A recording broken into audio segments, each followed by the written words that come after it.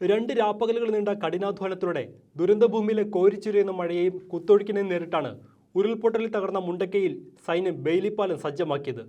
കേരളത്തെ സംബന്ധിച്ച് പരിചിതമാണ് ബെയിലി പാലങ്ങൾ. രണ്ടാം ലോക യുദ്ധത്തിന് തൊട്ടുമുമ്പ് ബ്രിട്ടീഷ് സൈനികൻ ഡൊണാൾഡ് ബെയ്ലി രൂപകൽപ്പന ചെയ്തതാണ് ഈ പാലം. അടുത്ത വർഷം തന്നെ യുദ്ധത്തിൽ വടക്കൻ ആഫ്രിക്കയിൽ ടുണീഷ്യയിൽ സഖ്യസൈന്യം പാലം പണിതു.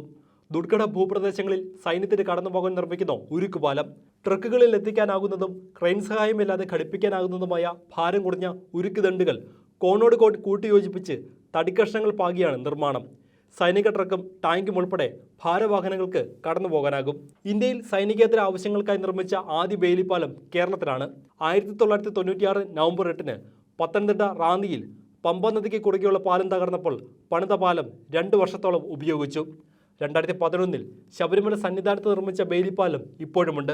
2017 കല്ലടയാറിന് കുറുകെ ഏനാത്ത് പാലത്തിന് ബലക്ഷയം സംഭവിച്ചപ്പോഴും ബെയിലി പാലം നിർമ്മിച്ചിരുന്നു. മുണ്ടക്കയിൽ സൈന്യത്തിന്റെ മദ്രാസ് എഞ്ചിനീയറിംഗ് ഗ്രൂപ്പിലെ 150ഓളം സൈനികരുടെ തീവ്ര ശ്രമത്തിലാണ് ചൂരൽമലയുടെ ഇരുകരകളെയും ബന്ധിപ്പിച്ച് 190 അടി നീളമുള്ള പാലം ഒരുക്കിയത്.